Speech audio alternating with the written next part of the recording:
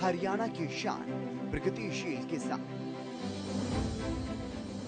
हरियाणा के किसान हरियाणा की शान हैं और इन्हीं में से जो किसान प्रगतिशील बन रहे हैं वो तो और भी मान बढ़ाने का काम कर रहे हैं, क्योंकि ऐसे किसान न सिर्फ प्रदेश के अन्य किसानों के लिए बल्कि देश भर के किसानों के लिए आदर्श बनते हैं।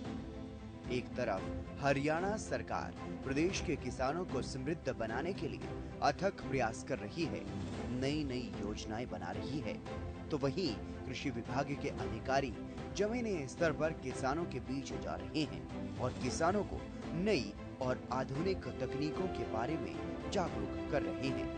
साथ ही उन्नत किस्मों के बीज और जैविक खाद का इस्तेमाल करने की सलाह दे रहे हैं, ताकि पारंपरिक खेती को छोड़ किसान प्राकृतिक खेती को अपनाएं। तो वहीं प्रगतिशील किसान भी विभाग और सरकार से मिलने वाली मदद का भरपूर लाभ उठा रहे हैं और न सिर्फ कम लागत में ज्यादा मुनाफा कमा रहे हैं, बल्कि पानी, पर्यावरण और जमीन का संरक्षण भी कर रहे हैं।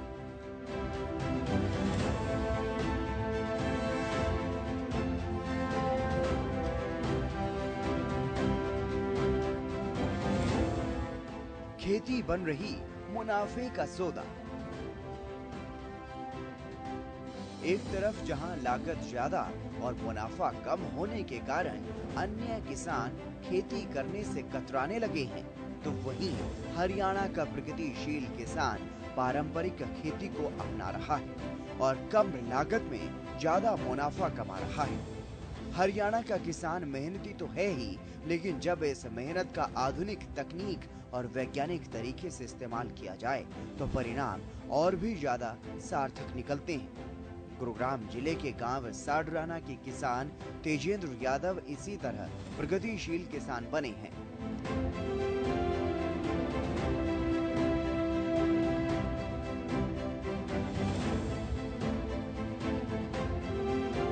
किसान तेजेंद्र भी बाकी किसानों की तरह खेती में लागत ज्यादा और कम मुनाफे से परेशान थे, लेकिन साल 2018 में किसान तेजेंद्र ने हिम्मत दिखाई और कुछ बदलने की ठानी।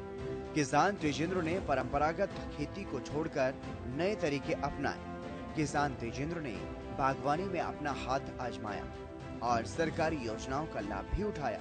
किसान तेजेंद्र का कहना है कि सरकार ने मेरी फसल मेरा पोर्टल बनाया है। इस पोर्टल पर रजिस्ट्रेशन के बाद फसल के अच्छे दाम मिलते हैं। किसान तेजेंद्र यादव ने बताया कि उन्होंने अपने खेतों में न सिर्फ बागवानी में हाथ आजमाया, बल्कि मोटे अनाज में गेहूं, सरसों, बाजरा, ढींचा जैसी फसलें भी उगाई। अपनी फसलों का उचित दाम उन्हें मिला।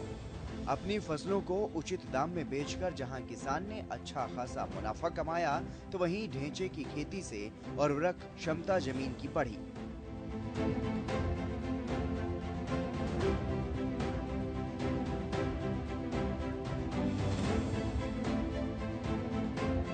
जैसे हम पहले परंपरागत खेती को छोड़ के 2018 से हमने नई तरीके से खेती अपनाई। इसमें हमने नेट हाउस लगाया, बागवानी के अंदर कदम रखा। उसके बाद अगर मोटे अनाज की बात करें तो उसमें बिक्री के लिए सरकार ने मेरी फसल मेरा ब्यौरा एक पोर्टल ऐसे चलाया जिसमें हर किसान को उसमें अपना रजिस्ट्रेशन कराने के बाद अच्छे दाम मिलते हैं। सरकारी जो रेट होता है वो उसमें मिलता है। फर्रुख नगर के गांव झटाला के किसान दीपक भी ऐसे ही प्रगतिशील किसान हैं। प्रगतिशील किसान दीपक को इसी साल हरियाणा सरकार की तरफ से भी सम्मानित किया गया है। प्रदेश सरकार ने किसान दीपक को प्रगतिशील किसान के सम्मान से नवाजा है। किसान दीपक अथक मेहनत करते हैं और उनकी मेहनत का परिणाम उनकी फसल और उनकी कमाई में भी दिखता है। किसान दीपक ने अपनी जमीन की गुणवत्ता की जांच करवाई और जांच के आधार पर कृषि विशेषज्ञों से सलाह ली और उनकी सलाह के हिसाब से खेती की। न सिर्फ गेहूं और सरसों की खेती की, बल्कि किसान दीपक ने अन्य फसलें भी उगाई। उन्होंने मेरी खेती का जैसे मेरा तरीका था वो तरीका मेरा देख के डॉक्टरों ने मुझे सेलेक्ट किया। उसमें मैं 15 किले की खेती करता हूँ और उसमें मैं ये नहीं भाई सिरसू गेहूँ और वो अलग अलग भी पैदावार करता हूँ। जैसे मैं अपने रवि के सीज़न में तो मैंने गेहूं के साथ साथ सरसों लगा रखी थी और सरसों की मेरी अच्छी पैदावार हुई। प्रदेश सरकार जो पानी बचाने की मुहिम चला रही है, उसी मेरा पानी मेरी विरासत मुहिम के मकसद को किसान दीपक ने आत्मसात किया। किसान दीपक ने न सिर्फ पानी बचाने की मुहिम को आगे बढ़ाकर अपनी जिम्मेदारी निभाई, बल्कि आधुनिक तकनीक से खेती करने पर उनकी कमाई में भी इजाफा हुआ। किसान दीपक कृषि विभाग के दिशा निर्देशों का पालन करते हैं, विभाग के अधिकारियों से विचार विमर्श करके खेती करते हैं। दीपक खुद ही कंपोस्ट खाद बनाते हैं और जैविक खाद का इस्तेमाल करते हैं। किसान दीपक बाजार के रासायनिक खाद पर निर्भर नहीं है और साथ ही ढेंचा पर मिलने वाली 80% सब्सिडी का लाभ भी किसान दीपक उठा रहे हैं, जिससे जमीन की उर्वरक क्षमता भी बढ़ती है। परंपरागत खेती नहीं आई रास तो बदला ढंग।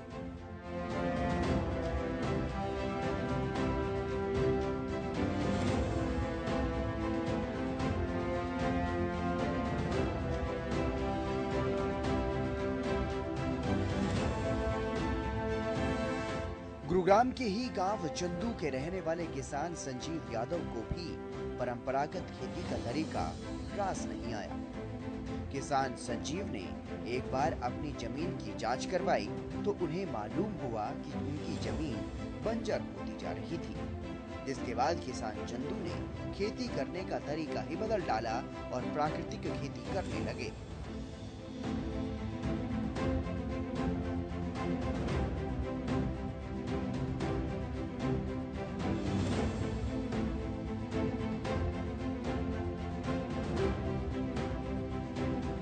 हमारा साथ दिया है गुड़गांव एग्रीकल्चर डिपार्टमेंट ने।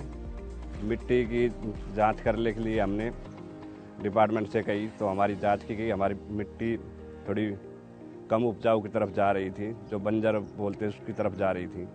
तो हमने ऑर्गेनिक खेती की ओर ध्यान दिया, उससे हमारी उपज भी बढ़ी और हमारा प्रॉफिट भी बढ़ा। जो पहले हम वैसा गेहूँ बोते थे वो सरकारी रेट पे ही बिकता था।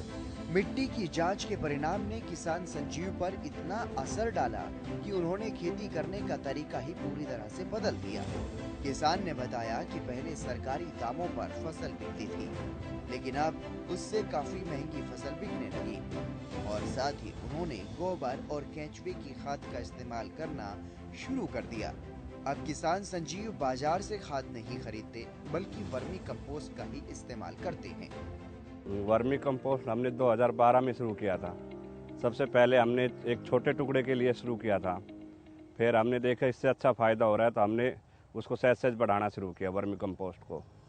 उसमें आज हमें इतना प्रॉफिट होता है कि हम अपनी सारी ज़मीनों में वर्मी कंपोस्ट ही डाल देते हैं। बाज़ार से हमने खाद लेने की ज़रूरत नहीं है, हम उसी को ही अपना यूज करके पूरा परफेक्ट गेहूँ कर रहे हैं आज के टाइम में।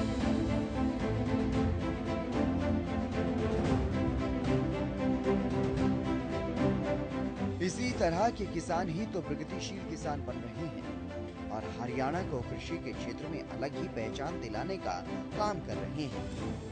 ऐसे प्रगतिशील किसान जो कृषि विभाग के दिशा निर्देशों का पालन करते हैं, उनकी लागत भी कम लगती है और उन्हें मुनाफा भी ज्यादा होता है। साथ ही किसानों को अपनी भूमि की गुणवत्ता की भी जानकारी हो जाती है। जमीन के हिसाब से फसल उगाने और उसमें सुधार करने का काम भी आसान हो जाता है। और इतना ही नहीं, ऐसे प्रगतिशील किसान अपनी जिम्मेदारी को समझते हैं, जिससे न सिर्फ जमीन की गुणवत्ता में सुधार होता है, बल्कि पानी और पर्यावरण का संरक्षण भी होता है। और ऐसे किसानों की संख्या बढ़े, सभी किसान इन प्रगतिशील किसानों की तरह कम लागत में ज्यादा मुनाफा ले पाएं।